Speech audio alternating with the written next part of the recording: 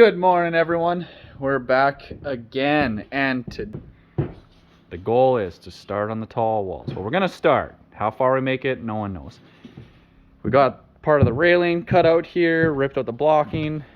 This piece of insulation was like one of the first ones we did, and it was horrible. So we're gonna cut a new one, put it in there, because we have now learned how to do it better. Kind of coming full circle. So yeah, so we're just gonna seal it off there. One thing that we did do, it's gonna be kind of a pain in the butt, is when we were getting this all lined up. So we lined up the poly that goes onto the ceiling with the top plate there, and then we stapled it. Well, now I have to pull out all the staples so I can flip it up so I can put acoustical sealant. Let's get to work. Less talking, more working, Tegan. All you do is talk. Talk.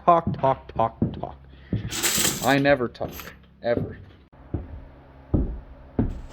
Okay, so what we're doing first, before we get on to the poly, is we're just going through all the insulation, just double checking it, making sure that we don't have any little holes missing or pieces that are a little short, a little narrow.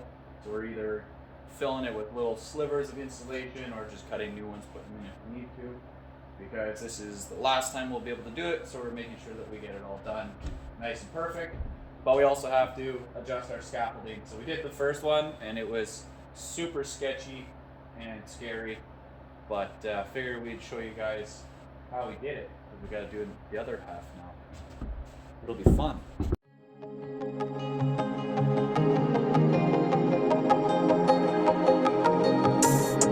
Got our piece of poly cut down there, so we're gonna go pretty much that whole wall.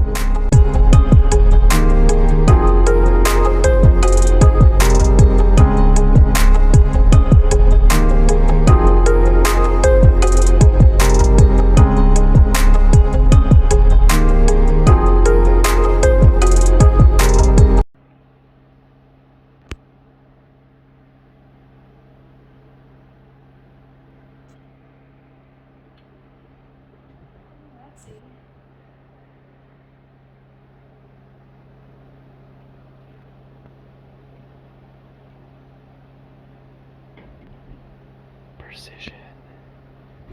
Well, we're almost done on getting everything acoustical. There is a lot. Tons of joints. There's 4 windows and a door, and we still have the edges and the corners and stuff, and oh, there's so much. And then the foam for the header there, and then the one on one of the windows there, it was just sticking out too much, so then I had to try and cut like a 1/2 inch of the thickness of it off, which is damn near impossible, but I got it. I went through all the pain and the suffering, and I did it. So that way the drywall is sitting nice and flat now. The guy that's gonna come give us a hand with the drywall there, he came for a visit, took a look at everything, took some measurements, says everything looks good. Didn't say that my poly and my acoustical job is crap, so that's good. Because if you do folds really bad, or if you do your acoustical sealant really bad, then that just makes hanging the drywall that much harder. Is that it, Tegan? You just got the side of it, and then we got to do the edge here, and then that'll be ready to flip it down. This is a big sheet. It's like, so it's a 20-foot sheet, so it's one piece, 20 feet. And I don't know, what's the living room, 24 feet or something, or?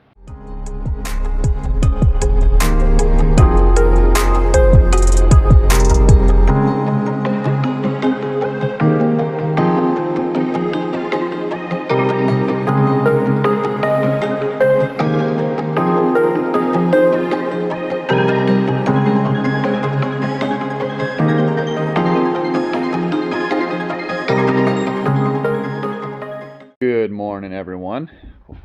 Dark in here, early morning. So I didn't show you guys finishing the poly on the wall there. It was getting later and my phone died because I had it set up on time lapse there, so you'll see it, just the time lapse just stops. You can kind of see, so we got that whole tall wall done there now. We just cut out the door from the bottom portion, rolled it up and taped it against the wall there, so we can still use that, but then they can roll it down for spray foam. So that one is done. It's cold today. It's minus 18 on the truck thermometer. Minus 4.5. Almost 15 degrees warmer in here. I'll call that a win, considering that we have no insulation in the ceiling there yet. Well, that was a massive pain. So that header there where the foam is, they when they nailed it in, it's nailed in angled, so it's crooked. So when you put in your 2 pieces of foam, it's stuck out too far. So I had to shave it down 5/8 of an inch up to not taking any of it off, so at an angle. So I tried with a big knife, and that didn't really work because it's still just so hard to cut that stuff. So I ended up using a saw. So it worked, but it made a mess.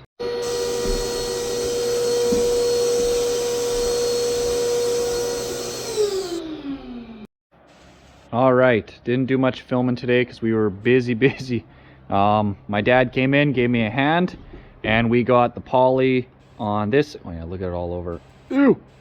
We got the poly on this part and on that part. So now all we have left is the center, which the center is going to be extremely difficult, but I have a plan. And then again, we're just leaving the windows all covered for now until the guy comes to do a spray foam. You can see there we got it marked with the red tape where he's going to go.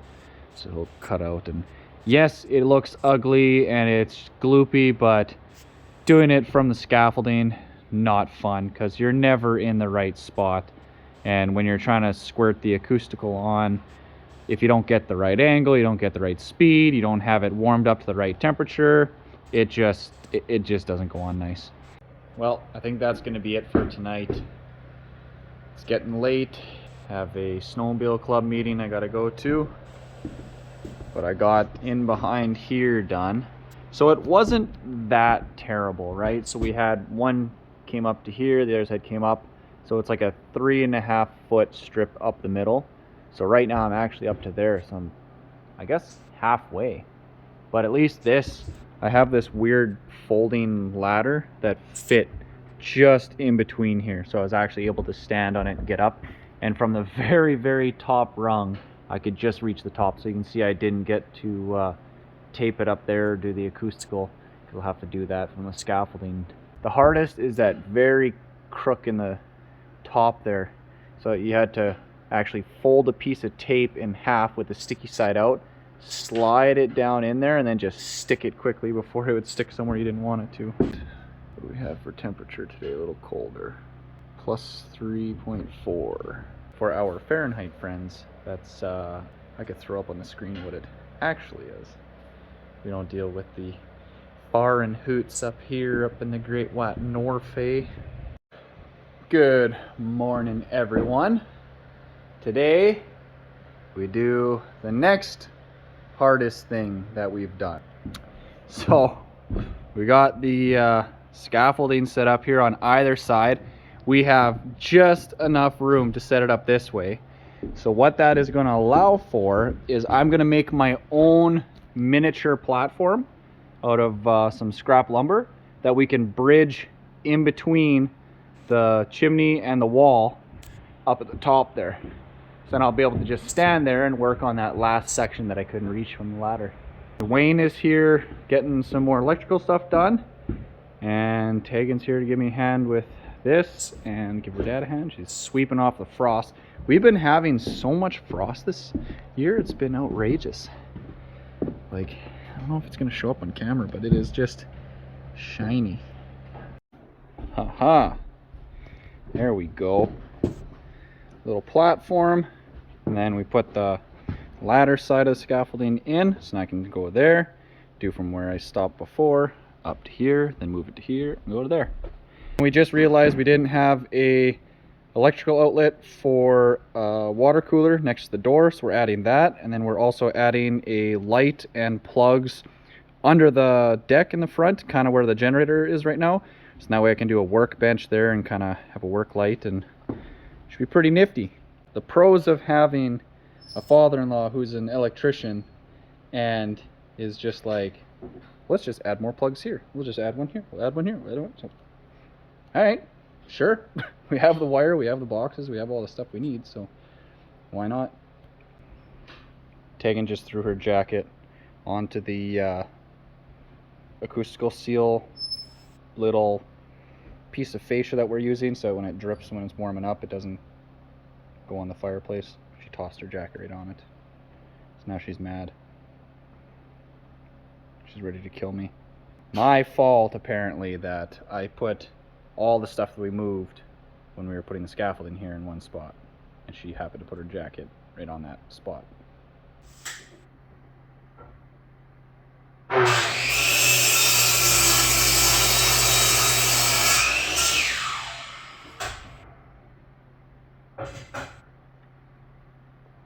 What are you cutting? What? Oh, duh. For what? The bathroom. More blocking for doing the vanity cabinet that you're gonna make. Ah, I am up on the sketchy platform, way at the top, and trying to tape around all this junk. And there we go. We are officially done. We did it. We have all the upstairs vapor barrier finished and done. All that's left now is we have our inspection coming up this week.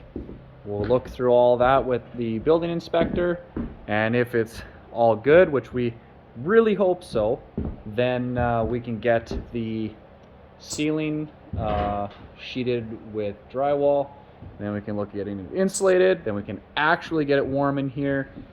We still need to get our HVAC guy in. Then once he's done, then we can run through with the rest of the drywall, get it warm in here. And once the drywall's in and taped and finished, then it's a whole bunch of finishing work for Tegan and I to do. But I think kind of for now, Tegan, like we're kind of at a standstill now, hey? Yeah. Like we're gonna be. Yeah. Good morning, everyone. We're back again. We have a beautiful sunny January morning. Only about -13 today or something like that. Not very cold. And we are working on noise insulating. So we're using a bunch of leftover insulation we have, and then we're just putting, leftover strips of plastic, the poly, vapor barrier, whatever you want to call it, and we're just pressing it in place. And that way, so this is the powder rooms, like the guest bathroom. So this will just keep the noise down. So if someone's in there using it and you have a party going on, no one's listening to what's going on in there. We did some in the master bedroom here, which is where the plumbing is for the sinks, just to keep a little noise down there. And then I believe the plan is, and that's what I'm starting on, is I'm gonna do this wall here, which goes into this bedroom, keep the noise down, so if you have people over and kids are trying to sleep, a little less noise there. And then we're gonna do that wall in there too, same thing where that kid's bedroom is, because this one we're gonna do is the office. So it's going to be the noisiest and whatever. We're not going to worry about it because no one's really going to be sleeping in there. Maybe it's a guest bedroom, but not too worried. So, and then we'll see how the solar system is doing. So yesterday we turned it on late in the afternoon. It charged a little bit. The batteries went up to 3%. So we found out that the batteries will not charge unless the system is turned on. So it's an all-in-one unit is what it's actually turns out to be.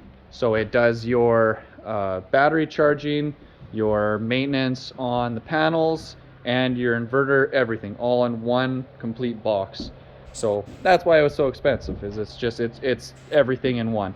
And it is pretty nice so far. It has a nice little screen included in it. Touch screen, you can go through a bunch of menus and settings and whatnot, and you can see in real time how much power is coming in, how much power is going out, how much the batteries are taking, how much the batteries are discharging. It'll tell you if you're connected to the grid and you're selling it or you're buying it, how much is going in and out. Your generator hookup will tell you what the generator is doing. So pretty high-tech system, which is good because today in 2023, this is top of the line. In 5-10 years, this is going to be the lowest end that you can get, right? So like for me with technology, anything like that, I always want to buy whatever is top of the line today, because it's going to be virtually obsolete in 10 years, right? So the better you get now, the longer it's going to last before it becomes, you know, pretty much an archaic device, right? So that's kind of the goal with this one. So it should last us a long time, do us well. But it'll be interesting to see once the sun comes out, because it's supposed to be really sunny today, how much power is actually coming into the panels. Because yesterday we only had like 140 watts showing that the panels were putting out, which is 8 of the 24 panels. So a third of the array was only doing 140 watts, which to me seems not very good. But it was in the afternoon. The sun was dropping down below the trees. There was clouds over the sun and whatnot. So maybe it's normal, maybe it's because they have it just temporarily hooked up or something. Not quite sure, but we'll see today when the sun is at its peak what it's putting out for power. Right, so the plan here is we are going to put a bigger sheet across the bottom and then stuff it with little pieces and then do full pieces up from that.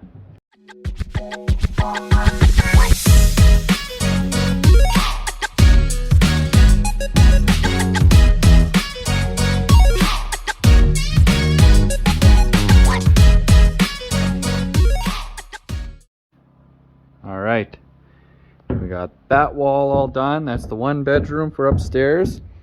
We did the powder room on the sides that are going to be out to the living room, whatnot. Did a piece in here. This is kind of where we ran out. And then we just did the plumbing there just to keep the noise down from. And it does definitely help. Like when we were kind of testing it, just yelling at each other across the house. I mean, how else do you test it? You just put one person in one room, one person in another room, and you scream at each other. Can you hear them? No? All right, guess it works. We have flooring. Medium brand, 30% off. Nothing too fancy. More of a natural pine look. Clips together, backing on it. 6 mil. That stuff. We got our flooring. Truck is, she's a little squat. One thing with sub trades, not a single sub trade cleans up after themselves. So we're trying to keep on top of the cleaning, so in that way we're not under a whole pile of garbage and sawdust and everything when we need to do something ourselves. But we also have drywall going up. So the ceiling up here is almost done in the play area. On the walls started. This is excellent. So like you can see here, this is a 12-foot, I guess. So you have this whole wall with not a single joint. So then it'll just be another panel there. And then this will be goofy. I don't know what's going to happen up there. This will have to be like triangles, and this will be hard. Here we had the inspector come. He gave us a big old thumbs up. He said that we did more acoustical and more taping and more sealing than is needed for code. Better than code, which is great to hear. And I told him, I said, like a lot of people get scared when the inspector comes, right? Because they think that the inspector's going to come, tell them they did something wrong, and then they have to do more work, cost more money, blah, blah, blah. I guess if you're a general contractor, it's pretty annoying because you just want to keep rolling, keep making money. For me, or for us, we want to make sure we're building it right. So I told him, I said, okay, I said, look at everything really closely and then just let me know. Let me know if something's wrong, because I want to fix it, because I want this house to be built perfect. Perfect or beyond perfect. The rooms are looking so small now, yeah, with the drywall in here. Not much has happened for solar. We're still waiting for them to come back to get the bracing done. Tried my little squeegee out the other day, worked really good. We got venting is all in, so now we're waiting for we're gonna be at kind of a standstill. Did you put more insulation in there? Yeah, I just packed the walls. Just packed the So now that he threw in, we have drywall on both sides here, so we're just packing it in. Tegan's packing it in. I can't take credit for that. We got flooring yesterday. It was, what, 4,684 pounds of flooring. It was on sale, 30% off, so we like the color, like the brand, like the quality, bought all that we needed for the house. And it has some type of a foamy bottom that's supposed to be extra noise canceling too. So when we're stomping around. Well, we won't be wearing steel toe boots in the house, so. I'm gonna be wearing steel toe boots. Just stomp around. We'll just, instead of cowboy boots, we'll just wear our steel toes. And then we can just line dance up here. Don't look at me like I'm an idiot. I know that I'm an idiot.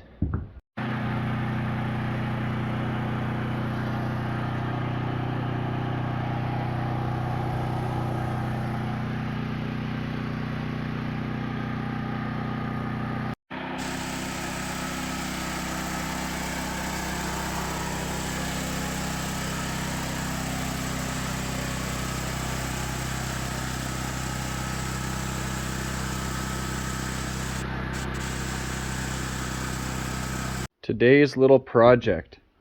So this is the master bathroom shower, and it has this grab bar for when we are old and can't get around. The back side of it, they just use this crappy OSB to then bolt it through there, and then it's bolted in over here. So this whole tub, when you grabbed it, the wall of it would move in and out. So it can't come back any further because it's pressed right up against this. They actually notched out a stud to get that in there. So what we did was I took a 2x6 and then I ran lines in it with the saw. You can just barely see them there, those little dashes. So I went about, I don't know, 1/4 inch deep or so and cut a bunch of lines to give the PL Premium something to grab onto, because otherwise the board is so smooth.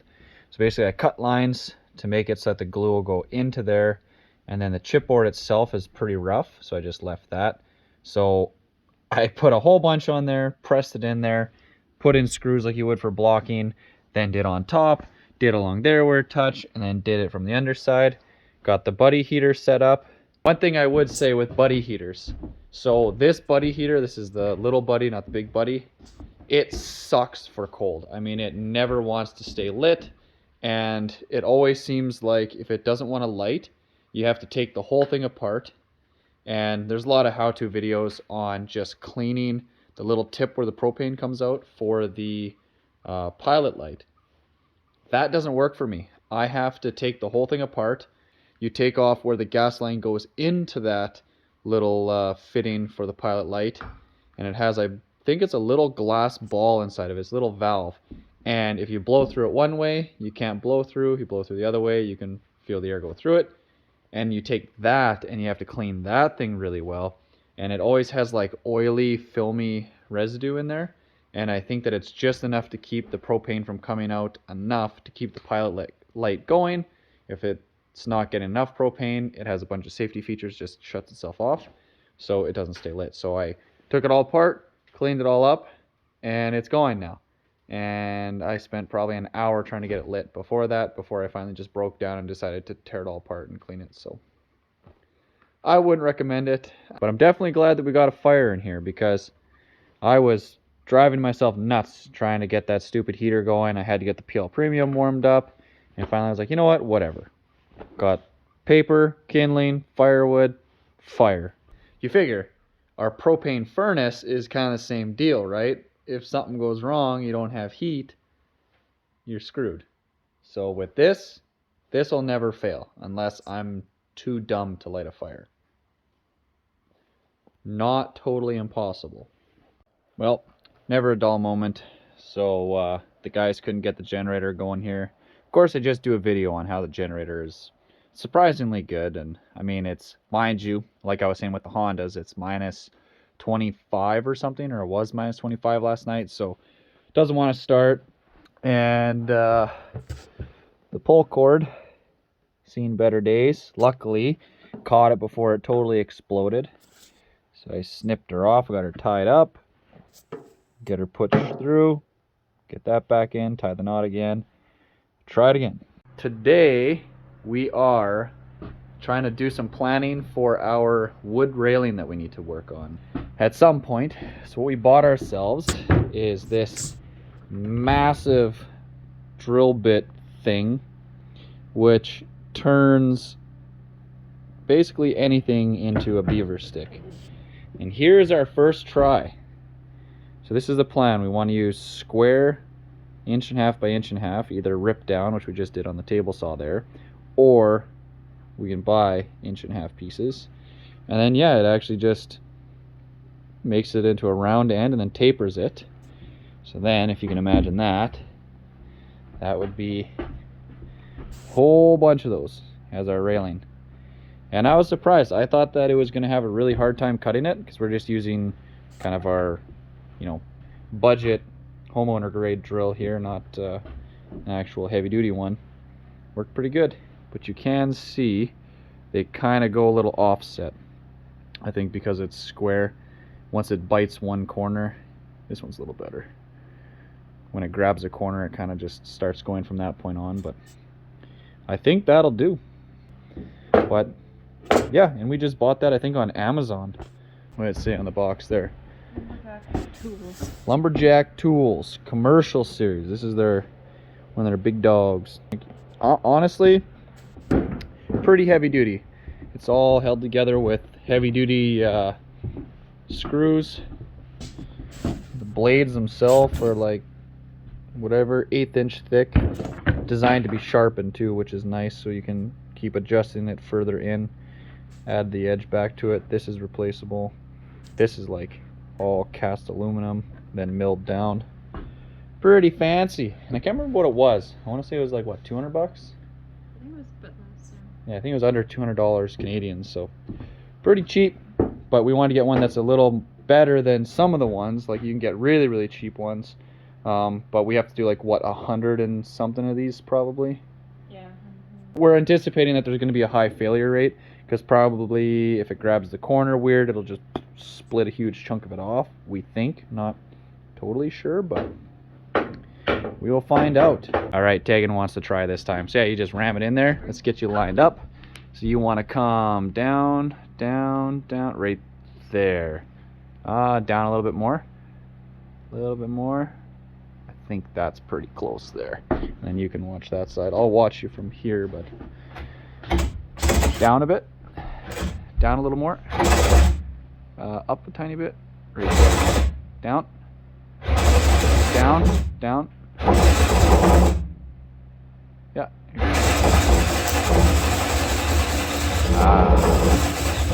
I saw what happened right there. Was exactly what we figured was going to happen.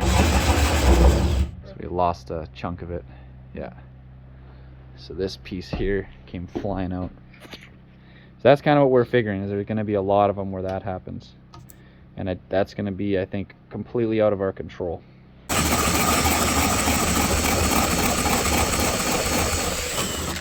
That's the max step there. Yeah.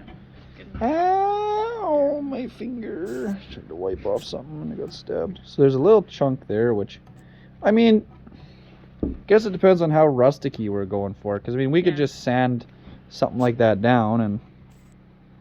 Yeah, I want them to be more rustic than like Yeah.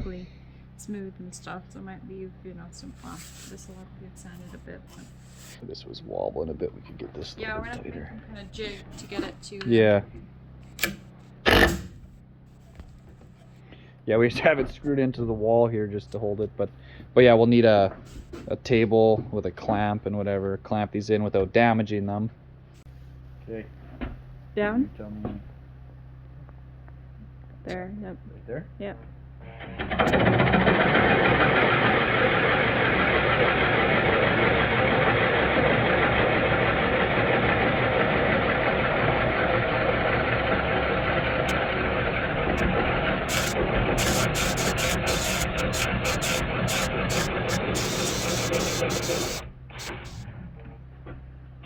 That's pretty fast. Yeah, if you're you gotta find that perfect speed. But yeah, it's a little hard on this drill. Yeah. That's, I think, the nicest one yet in terms of this Yeah. piece being. You were able to go pretty fast too. Yeah. But yeah, see, it offset it again a little bit. Yeah. This side is. I think that's just gonna happen. Yeah. We'll just have to. I mean, if they all do that, then they'll all be the same. So. Well, yeah, I wonder if there's a consistent way that we could get it so one side, like they're all shifted one way. The idea for the house is we don't want to have everything wood, right? We're going to have, the walls are going to be mainly drywall, white painted, and then we'll have like accents of wood. So the fireplace will have a lot of wood integrated. The faux timber beam will be above the kitchen there, barn door, railing, stuff like that. So we're trying to keep it tasteful. We have a lot of drywall up. Look at this. The play area coming along. So we are starting with all the ceilings. Our neighbor there who's getting it all done for us. So he's getting all the ceiling stuff done because tomorrow we have the blow-in insulation machine coming, which I actually have to go pick up today. I'm gonna rent it for the weekend and then we can start blowing in all the insulation. So it should be exciting. It's good news. Very, very, very good news. He's been coming in and getting it all taken care of, which is awesome. It looks good. It's one thing with drywall is I think for me, because again, another thing where I'm just such a perfectionist, right? So a lot of things, give you an example. So say like, cracks and stuff like that, that would, I guess if I was doing it, I would be going nuts trying to make everything line up perfect, and I try and have, no gaps or anything anywhere. And, I'd be trying to get all my cuts to be like absolutely perfect. I guess realistically is a huge waste of time, right? Because, that's the nice thing about having someone hanging who also does finishing too, and has done it for years.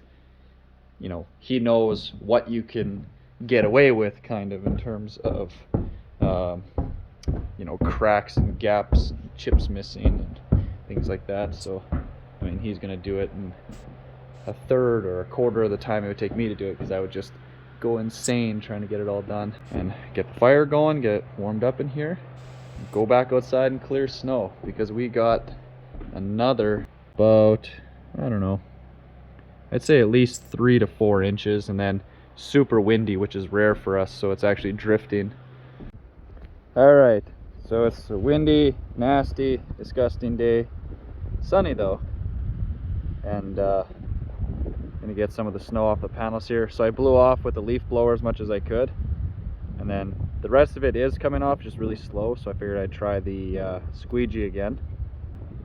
What I did though now was I did some paint lines, like I was saying, just where the max extension is. That's a Markline brand paint pen called the Pumper. We use that on everything, so it's like a pen, but it has paint in it instead of ink or whatever, so you just run it on there and it seems to stick on better than most things. So let's see how she works today. It's a little crustier. It's like a wind drift essentially across the panels. It is sliding off with the wind. Maybe it does come off itself, but I'm gonna help it out anyway. We still don't have those still don't have the supports underneath this yet, so just being extra cautious with taking the snow off, so that way we don't get too heavy and have it all collapse on us before it's even done, which would suck. But hopefully the solar guys come soon and they can get their stuff finished. I think all I need to do is hook up the panels, put the panels to the switches, like the emergency switch stuff at the panels here, and then connect it into the panel in the house. I think that's it. I think everything else is done. And we're just waiting on HVAC. They just have to get the gas permit stuff finished up, get that, and they can finish the gas fitting. Then they can finish their ducting and they can finish the venting for everything. Then hopefully, oh, it's cold. Look at that. Lovely Canadian weather. My trench. But anyway, yeah, hopefully we can get power and we can get gas and we can get HVAC stuff done, and then we can start running heat in the house. I got this weird gap in time where I'm at the mercy of everyone else getting stuff done for me. It just needs that extra little swipe and it comes down. It's so close to wanting to do it on its own. So Tegan thinks I'm dumb, but so standing over here, you can feel like a breeze or a draft or something. And kind of what we're thinking is fireplace down there, it's got the fan blowing, heat rises, it's coming through here, and then through convection, it's coming down. So I hung this piece of poly here, and we're just kind of seeing how much of a natural air current we get. Come on now, it's not going to move as much as it was before. Oh, there it goes a bit more. It's kind of neat. So that means that, you know, the theory plan of having it all opened up here, we should get the air moving on its own. And then that's free air movement, Tegan. It's free. Don't even have to pay for that. Well, I mean, generator's running the fan right now and firewood, but you know what I mean. It's Mitchell shoveling the snow. Okay. We're not using the tractor because the time it would take right now for us to go fire up the tractor, we'd have to put the block heater on it, get it warmed up, and then drive it here, move it. We're just gonna hand load a bin onto the back of the truck, and then from here we'll throw it into the bin that's empty by the house. And that'll be that. But, so yeah, what we did for this year was instead of putting the little roof things over it using the plastic from the bins, we just left the snow on it. We were talking to some people and they said that they just do this and they've never had any problems, which I could see if you're only gonna fill totes that you're using that season, like if I'm using all these this year, I think it's fine because you're just dealing with whatever snow goes on it and you can shovel it off pretty easy, and kind of the wood itself protects the bottom log. But I do think that doing those little roofs on top would be a smarter idea, because then keeps all the rain off the top of it, all the snow, and you don't have to shovel it like this. Which this is, usually when the bin is out, you just walk around it and you can just push it all off. But since we're in the belly of the beast here, that's how we're doing it. Yeah, this is we've used 1, 2, 3, this is the 4th tote this year, with just the little bit that we've been burning the stove inside there, or fireplace, whatever you want to call it. But yeah. Alright, so this is what 1 tote of loosely stacked firewood amounts to. So that is how much you actually get. You get that much. So they claim that's about 1/3 of a cord. Well, that was spooky. So pretty sure we just had a chimney fire there. We were just getting ready to leave, so I put on a couple more pieces of wood and went outside, and I could just smell like that burning, nasty creosote smell. And I came outside, and here Tegan had seen the smoke and come back, so she's like, "What the hell's going on?" And like the chimney was just rolling coal. I didn't get a video of it because we ran inside and just filled the fireplace with snow to knock down the fire, and that seemed to stop it. But that's kind of scary. I don't know why, being brand new and we've only ever burnt nice dry wood in it, I don't know. So I'm gonna ask around and see what people think. But yeah, it was like, so like all of that was just like an absolute black cloud. Like it looked like a diesel rolling coal. And I'll throw in the video that I took. I was just taking a video for Snapchat too, and it was sucking the air through the little tiny holes that are for the front faceplate, and it was like incinerating the oxygen as it went through. It was like a torch just into the fire from every one of those holes, and that's what caught my attention. I was like, oh, it's burning hot now. You could feel the heat. And then I went outside, and yeah, so I don't know. That's scary though. Spooky.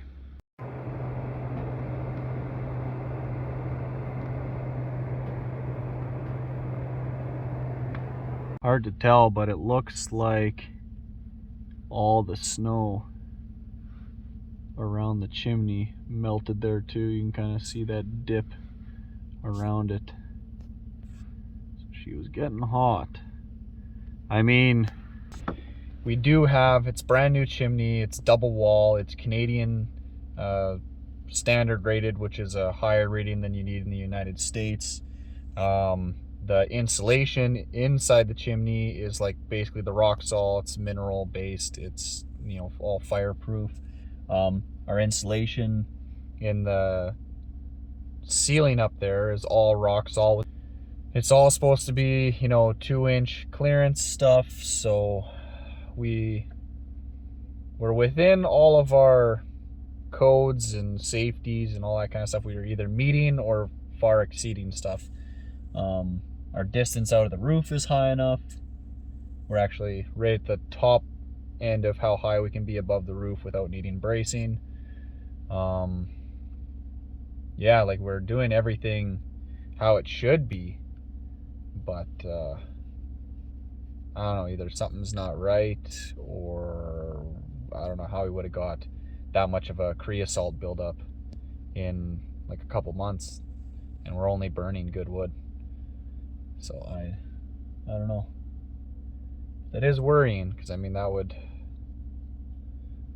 be pretty bad if the roof went up, or the whole thing. Yeah.